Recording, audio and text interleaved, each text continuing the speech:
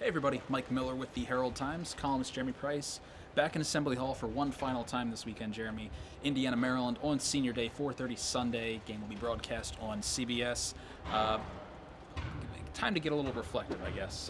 Yogi Ferrell kind of headlines this senior class for Indiana, five-man class that also includes Max Bielfeldt, Nick Zeisloff, Ryan Burden, and Jackson Tharp. For Yogi, though, it's kind of the culmination of a wild 4 years, a lot of ups, a lot of downs, a lot of in between, just trying to get back to the ups. We just talked to Yogi. What were some of your takeaways from hearing from Yogi? Just kind of wrap it up a little bit, wrap up his 4-year career here at IU. Well, I think the big thing is, a lot of times the focus is for kids is on getting to the pros, and if you don't leave early, then something's somehow left unaccomplished. And I think clearly for Yogi, it turned out to be a benefit that he chose to stay for all 4 years. And I don't think this fourth year could have turned out any better in terms of what he's done, both on the court, off the court, in terms of his leadership, in terms of his play. The draft stock and all those things aside, that's something else entirely.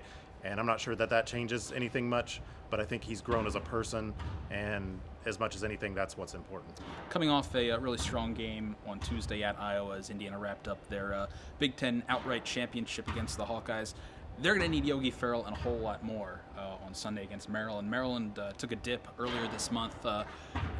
Bit of unfulfilled season for them. They came into this season as the Big Ten preseason favorites, but really it's been a very uneven season. They've had a lot of wins and they've managed to stay at the top of the Big Ten standings, but it just seems that this is a team that, for whatever reasons, given all their talent, they've just never had all that talent mesh at the same time in the same games. Yeah, it's just been a real inconsistent season for Maryland. Even when they were winning games, they were struggling through games that you thought they should win by bigger margins. And the shooting just hasn't been what you thought it would be for Maryland this year.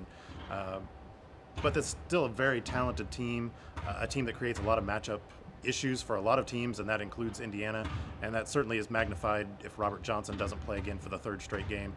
And I think the big thing for Indiana is we saw what Denzel Valentine did against them in the pick and roll, and they've got to do a much better job against Melo Trimble in that. You also look at that Maryland front court too with Diamond Stone and Robert Carter Jr. This will be yet again another test for Thomas Bryant, and also you're going to see probably a lot of Max Bielfeldt, Colin Hartman, those guys. And the big question is whether Juwan Morgan's going to be ready to play. Yeah, still a little bit of a question mark there, although it sounds like a little more likely that he's going to be able to go than Robert Johnson at this point. And again, what Indiana needs out of Juwan Morgan more than anything else is just that defense and rebounding, and those 5 fouls, of course, against a big Maryland front line. 4:30 on CBS. You can follow the game on Twitter. Mike Miller, HT, JP Price. See you on Sunday.